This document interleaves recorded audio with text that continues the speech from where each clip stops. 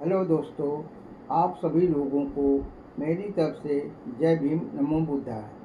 हमारे परम पूज्य बाबा साहब जी भीमराव अंबेडकर जी जिस समय कोलंबिया विश्वविद्यालय में पढ़ रहे थे, उस वक्त जाने माने दिग्गज एवं विद्वान प्रोफेसर जैसे John Duke, James Shotwell, Edwin Seligman, James Harvey, Robbins, Frankel, गिडीज और गोल्डन बेजर आदि के द्वारा अध्यापन करते थे, मतलब पढ़ाया करते थे। ऐसे महान प्रोफेसरों के साथ बिताए गए समय में बाबा साहब भीमराव अंबेडकर जी ने आशावादी, सुधारवादी एवं प्रगतिशील विचारों की दीक्षा ग्रहण करने की दीक्षा प्राप्त किया था। वहाँ पर अपने पाठ्य विषयों के अलावा इतिहास, समाजशास्त्र, मानवशास्त्र, मानव वंशशास्त्र, तत्व ज्ञान, अर्थशास्त्र आदि विषयों को भी अध्ययन किया था। बाबा साहब भीमराव अंबेडकर जी ने अपनी कुछ किताबों में ये लिखा है कि मैं जॉन ड्यूक के मार्गदर्शन एवं उनके विचारों से काफ़ी प्रभावित था, क्योंकि उनकी पढ़ाने की शैली अच्छी थी। वे अपने विद्यार्थियों को मेहनत एवं लगन के साथ पढ़ाते थे और सभी विद्यार्थियों से प्रेम पूर्वक व्यवहार भी करते थे। बाबा साहब भीमराव अंबेडकर जी जब भारत आकर प्रोफेसर के रूप में अपने विद्यार्थियों को पढ़ाते थे, तो वे प्रोफेसर जॉन ड्यूक के द्वारा पढ़ाने के तौर तरीके को ही अपनाते थे। बाबा साहब भीमराव अंबेडकर जी ने एनहिलेशन ऑफ कास्ट नामक पुस्तक में लिखा है कि जॉन ड्यूक मेरे अध्यापक थे और मैंने उनसे बहुत कुछ सीखा है, लेकिन वे इससे कहीं ज़्यादा प्रोफेसर एडविन सेलिंगमन के विचारों से प्रभावित थे।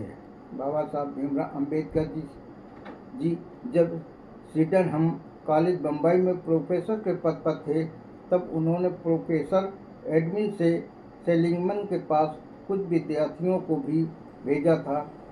जब बाबा साहब भीमराव अंबेडकर जी भारत में लौटकर आ जाने के बाद भी वे प्रोफेसर एडविन सेलिंगमन से पत्र व्यवहार के द्वारा जानकारी प्राप्त करते रहते थे। इस प्रकार से लगातार 2 साल तक बाबा साहब भीमराव अंबेडकर जी अपनी ज्ञान साधना में बराबर लगे रहे थे। वे प्रतिदिन 18 से 20 घंटे तक पढ़ाई करते थे। उन्हें अपने प्राचीन भारत में व्यापार नामक शोध ग्रंथ तैयार करने के बाद ही कोलंबिया विश्वविद्यालय से एमए की डिग्री प्रदान की गई थी। सन 1916 में प्रोफेसर गोल्डन बेजर के मानव वंशशास्त्र का एक सेमिनार हुआ था। उस सेमिनार के समक्ष बाबा साहब भीमराव अंबेडकर जी ने अपना शोधपूर्ण लेख पढ़कर सुनाया था।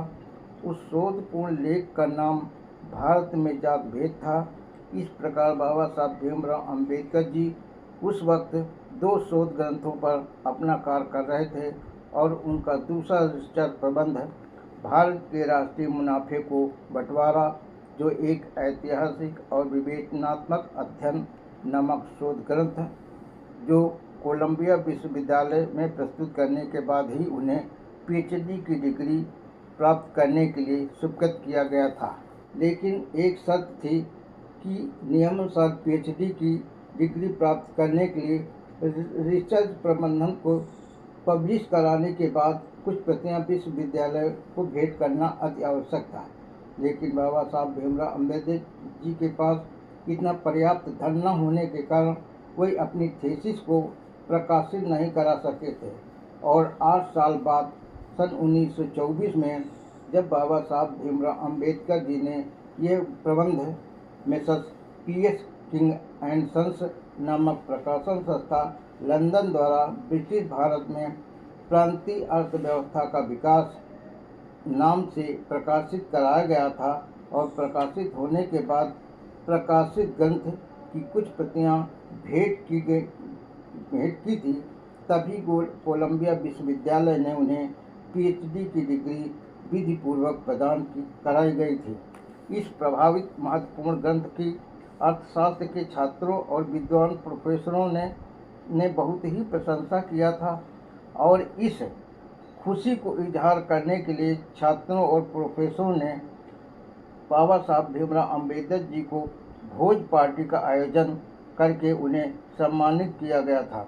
इस भोज पार्टी में आए कुछ प्रवक्ताओं ने बहुत प्रशंसा भी किया था और उनकी निग्रो जात के महान उद्धारक बुकर टी वाशिंगटन से भी तुलना किया था और इसके बाद उन्हें भारत का बुकर टी वाशिंगटन नाम से संबोधित करके सम्मानित भी किया गया था।